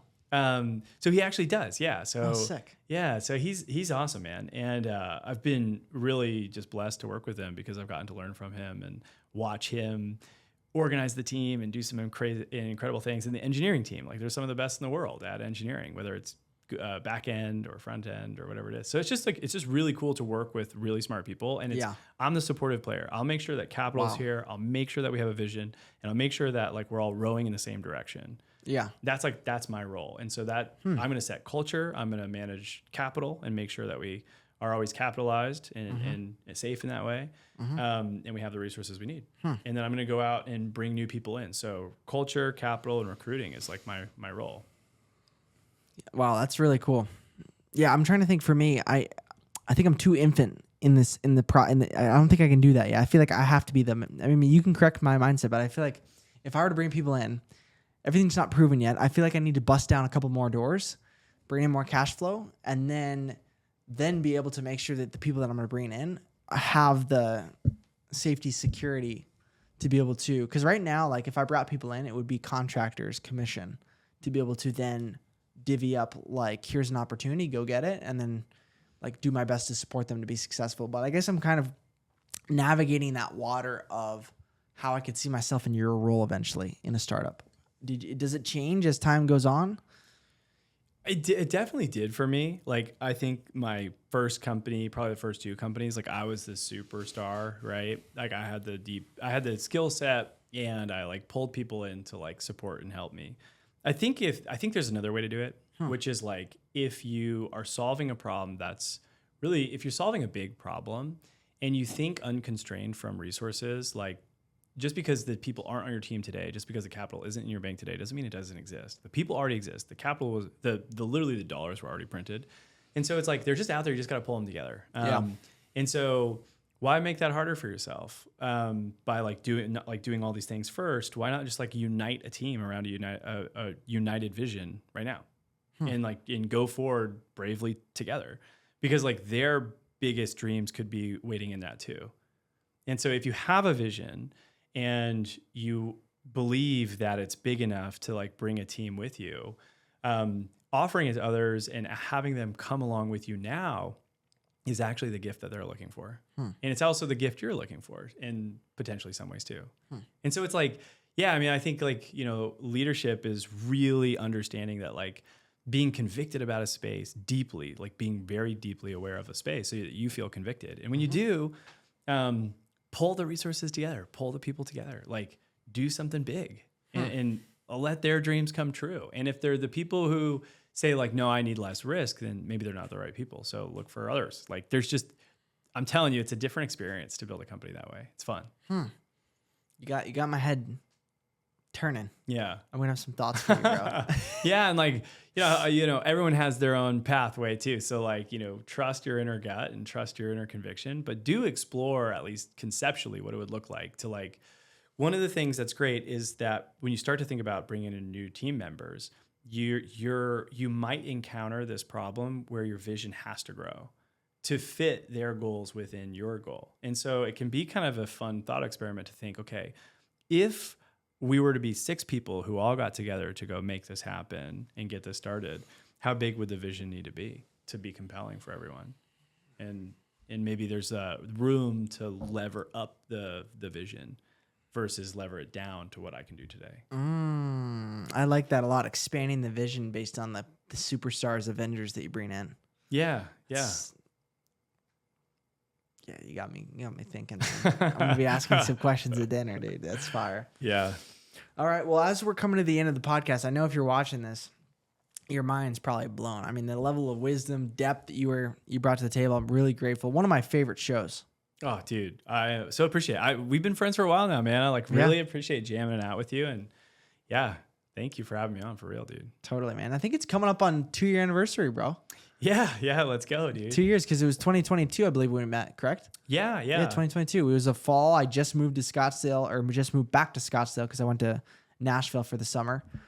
And then I think we got introduced through a mutual friend. Shout out the man, Kieran. Yeah. Good dude. I think he's incredible. Was it at Culinary Dropout? We popped through, I think, right after you finished church. Yeah, you inspired me to start going back to church. Did I ever tell you that? That's awesome, man. That's awesome. Yeah, we went a couple times. I enjoyed the experience with you for sure. I love it, man. Yeah. Well, what do you think, man? I mean, we covered it all. I mean, is there anything else though that's worth spending a couple of minutes on that you feel like if you didn't put out on this podcast, and this was the last podcast, God forbid, that you'd want it on the podcast? Okay, that's an interesting question. It was the last podcast I was ever on. I don't know. I would think about, if someone's still listening, if you're still listening to this, then you've obviously, enjoyed the conversation. So, and you're probably curious about starting something. So I would say like, you can do it. The main thing to remember is that like the greatest outcomes in the world started from very likely an individual who just decided that it was possible and just go for it. So if you're thinking about making a life change, the encouragement that I would give everyone is to honestly, just go for it. You don't have to believe in yourself to finish it at first. You just have to believe that you can take the next step. And so just take the next step, go for it. And you'll learn no matter what happens. And good luck. Go for it. I love it. And let's take it back to the commitment. And I think one of the most impactful things you shared with me when I was making my jump from running Kino Body coaching and building that, and I was like, man, what should I do? Should I go work for someone else? What should I do? And you're like, you know what? Like, dude, if you really believe in what you're doing, commit to it for 3 to 5 years. You know, think about, you know, your entrepreneurial journey. I think, what did you say? You have 6 to 8 3 to 5 year runs or something like that, or what was it? Yeah, I mean, I just think that like to do a business, it typically takes like 5 to 8 years is kind of the typical run. Sometimes a decade, sometimes a little bit less. So if you just look at the span of your life, average man lives to 74 and a half. He's probably in his working prime at like 23, let's call it, maybe earlier. So if you just do the math, you're like, how many of those do I have? And if you kind of treat them like punch tickets, it's like, okay, like I've got like 6 punch tickets in my life to like do things. That's crazy. If I really commit and do them. So like these little things, you know, you can chase the rabbits, right? But if you want to take down the elephants, you've probably got like 6 of those in your life. How many do you have left, do you think? I don't know. I mean, I think for sure, you know, I'm committed to Una for really as long as it takes. Like if this is the last thing I do, like I would You're love happy. that. Yeah. I mean, we're positively impacting like lives, and it's like an incredible experience. I really So enjoy cool. it. So I could do this for the rest of my life. You know, I probably won't. We're going to have an exit. You know, that will happen. And so I don't know how many more I have, but When do you want to, or how do you project an exit? Is it possible or no? 100%. Yeah, we've already been approached. So we got approached by like a very well-known telehealthcare provider to acquire the business, which we said no to because we're just really getting started. And that was exciting for us. You know, I think that like we could carve into who might buy us or why, but like there's strategic acquirers that will sort of like make bids at times while we build. I believe that we have...